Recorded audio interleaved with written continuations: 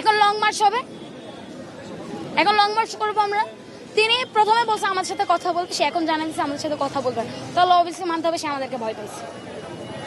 শেখ হাসিনা যেমন ভয় পায় শেষ পর্যন্ত চলে গেছে না, উনারও যাইতে হবে, খালি এটা মাথা রেখে। ভিতরে রাইকা 12 কোটি স্টুডেন্টের দায়িত্ব নিয়ে ভিতরে গেছিলাম, যেমন অপমান যেভাবে লাস্টে বললো যে কথা বলবে না, তাহলে আমাদেরকে ভিতরে কেন ডাকছে? এটার জবাব যদি উনি না দিতে পারে, এইটার জবাব যদি উনি না দিতে পারে, ওনার খবর আছে। আজকে এখানে শুধু শুধু দাঁড়াই নাই, সকাল থেকে এই পর্যন্ত ফাও এখানে আসি নাই, ঠিক আছে? বাপ মার ফোন ধরি না, বাপ মার সাথে কথা বলি না, এখানে শুধু শুধু আসি নাই। আমরা পরীক্ষা দিব, ফেল করলে তাদের দোষ। কারণ তারা যেহেতু সকাল থেকে দেখতেছে, একজন শিক্ষামন্ত্রী তিনি কি সকাল থেকে দেখতেছে না যে কি হচ্ছে দেশে, কি হচ্ছে? যখন আমরা আলটিমেটাম দিলাম তখন সে আমাদের সাথে কথা বলতে এসেছে কেন? সারাদিন সারা সকাল পর্যন্ত দেখলো, তখন আমাদের সাথে দেখে কথা বলতো না। এখন ডাইকা ভিতরে ডাইকা তিনি বলে তিনি কথা বলবে না কেন? এটার জবাব আপনারা তার কাছে চান কেন? কথা বলতে চাই না, আমরা তো ভিতরে যাইতে পারছি না, তো চাইতামই যে আপনি আমাদেরকে এতক্ষণ কেন ওয়েট করেছেন?